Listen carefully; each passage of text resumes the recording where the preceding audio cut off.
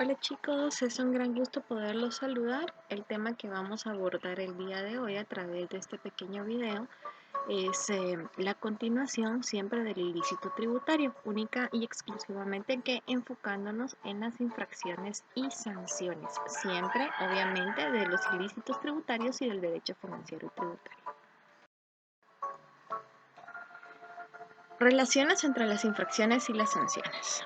Vamos a considerar también que es dependiendo de la infracción, pues obviamente así es la sanción.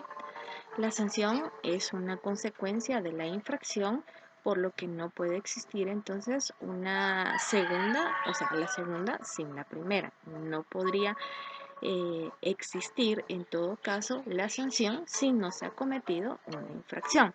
Eso lo encontramos nosotros regulado en el artículo 71 del Código Tributario.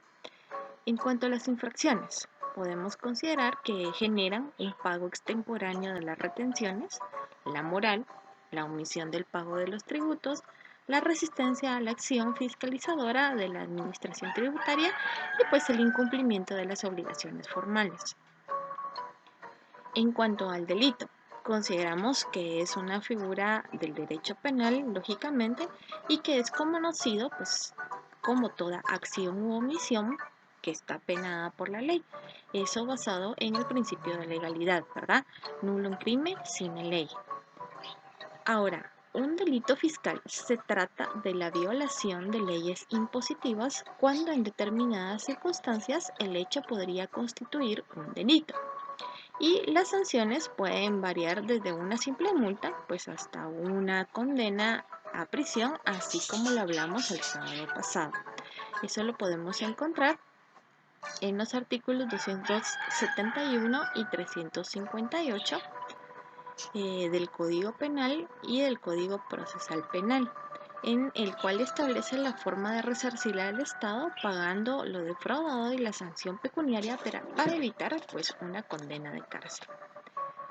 En cuanto a la clasificación de los delitos, podemos decir que hay delitos que son graves y delitos que son menos graves, en atención siempre a un bien jurídico tutelado que se está violando, ¿verdad? Y la pena que se va a imponer, por lo tanto, pues entonces es de una forma proporcional al daño que se ha ocasionado. Y podría definirse el delito como una acción, una omisión típica, antijurídica, culpable y penada por la ley, ¿verdad? La conducta delictiva debe ser contraria a lo que el derecho demanda y pues obviamente encontrarse recogida previamente en la ley. Dentro de los elementos del delito podemos mencionar la tipicidad. Así brevemente podríamos decir que obviamente esto es una consecuencia del principio de legalidad imperante en el Código Penal, así como ustedes lo han estudiado. En el campo del derecho tributario, pues el delito se asemeja al hecho generador del tributo, que debe estar previamente tipificado en la ley y que de no estarlo, pues permite al Estado castigar al contribuyente que aparentemente se ha convertido en un delincuente. Otro elemento que podríamos en este momento discutir es la culpabilidad y el dolo, que es otro elemento del delito, y de tal forma se puede afirmar que no hay una pena sin culpa. Existe culpabilidad cuando existe para el sujeto pues la opción de haber actuado en una forma diferente a como se ha realizado, ¿verdad? Y lo cual supone situar en el fundamento de la misma pues la libertad del individuo que tenía en el momento de actuar y de tomar una decisión. Otro elemento sería la antijuricidad. Presupone un juicio acerca de la oposición existente entre la conducta humana y la norma penal. Un juicio que solo podría recaer sobre una acción realizada, excluyendo pues a toda valoración de índole subjetiva y por lo cual la antijuricidad tiene carácter objetivo. Otros dos elementos que podríamos analizar en relación siempre al delito es el dolo y la culpa.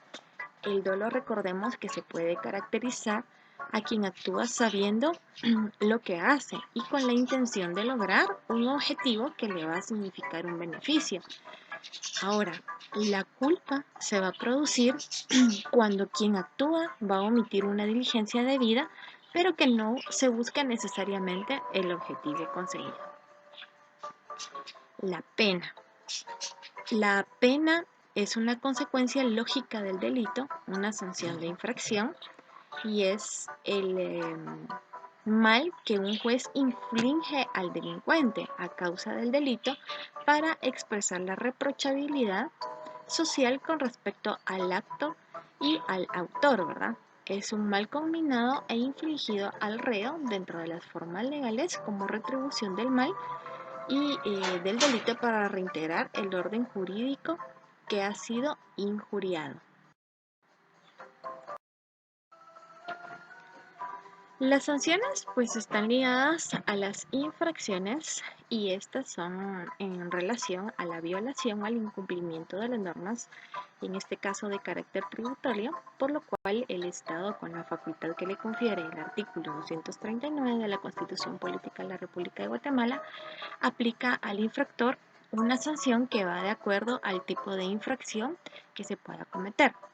Es un hecho positivo o negativo que está impuesto al obligado y que la existencia del deber jurídico se determina por virtud de que la violación de la conducta en aquel señalada constituye pues el presupuesto de una sanción jurídica que es el presupuesto de una de las formas de la coercitividad inexorable.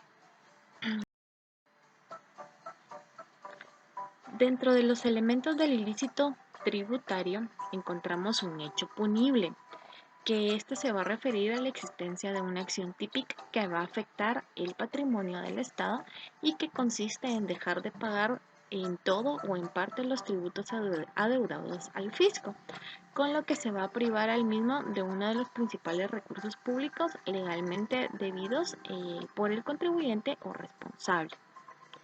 En cuanto a los sujetos activos, podemos mencionar acá que son los contribuyentes o responsables del pago del tributo, ya sea deudores simples, solidarios o por representación, ¿verdad? Cuando se trate de las infracciones que debiendo cumplir con lo estipulado en la ley no se realiza. Para poder identificar a estos sujetos, pues debe atenderse a lo establecido en el Código Tributario, que son los sujetos activos, los contribuyentes cuando cometen uno o más de los delitos tipificados por el Código Penal. El elemento subjetivo se encuentra el dolo y la finalidad es de obtener un provecho de tipo patrimonial no entregado a las cajas fiscales de los tributos adeudados al Estado, después de realizado o llevado a cabo el hecho generador utilizando pues el tributo para el provecho del sujeto pasivo, ya sea que esté directo o por representación. El elemento objetivo entonces sería que se encuentran tipificados en leyes ordinarias.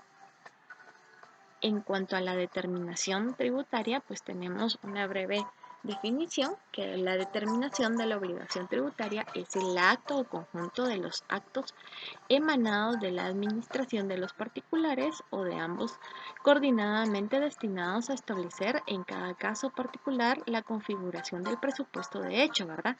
La medida de lo imponible y el alcance de la obligación. Recordemos que la determinación de la obligación tributaria es un acto del contribuyente por medio del cual se reporta a la Superintendencia de Administración Tributaria el total de la base imponible y el tributo a pagar. Este es el caso eminentemente voluntario y declarativo y el mismo, por lo tanto, admite la rectificación que realice tanto el propio contribuyente en forma voluntaria o la que se realice por el propio contribuyente de una forma voluntaria, ¿verdad?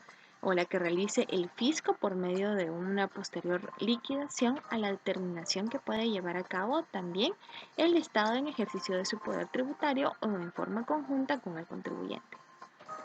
En cuanto a su naturaleza jurídica, podemos decir que la obligación jurídica tributaria es que la misma nace de producirse el presupuesto material asumido por la ley como determinante para que ese sujeto pues sea en relación al gravamen, ¿verdad? Dicho de otra manera, podemos decir que es la finalización del hecho generador y por lo tanto pues el deber o la obligación de poder pagar por parte del sujeto pasivo y el derecho de exigir por parte del sujeto activo. Existen tres tipos de determinación, que sería la autodeterminación, que esta la realiza el deudor o responsable en forma espontánea y consiste en un acto voluntario del contribuyente cuando se presenta ante la Superintendencia de Administración Tributaria y declara mediante un formulario la base imponible y el tributo a pagar, que no existe, pues obviamente, un impuesto, ¿verdad? La forma normal de determinación de la obligación tributaria es la realizada por el propio deudor. De la misma es definitiva y el sujeto pasivo se responsabiliza por lo declarado sin perjuicio de su verificación y eventual rectificación por parte siempre de la superintendencia. Dos formas de declaración. Existe una simple y una jurada.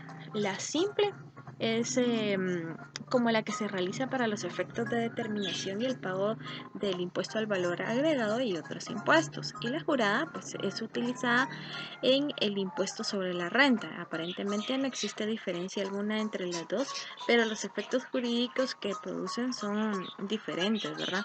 Un error o un dato incorrecto en una declaración jurada automáticamente podría ser el acto del contribuyente en un ilícito, tipificando obviamente en la ley como perjurio.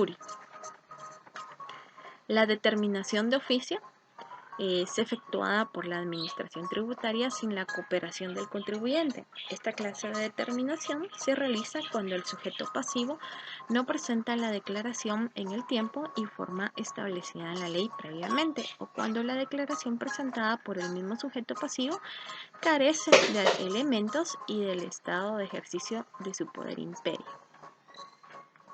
La determinación sobre la base cierta consiste en cuando la Superintendencia de Administración Tributaria pues dispone de certeza de todos los antecedentes que dan como resultado el hecho y los valores imponibles.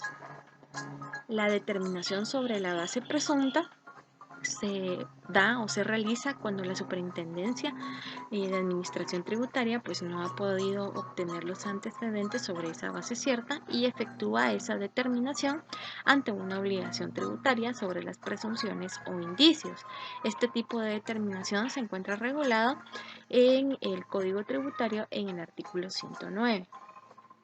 Y la determinación mixta se efectúa por la Superintendencia de Administración Tributaria con la colaboración del sujeto pasivo y realiza en los casos en que la determinación de la obligación tributaria se realiza mediante la acción coordinada de la Superintendencia de Administración Tributaria con el sujeto pasivo.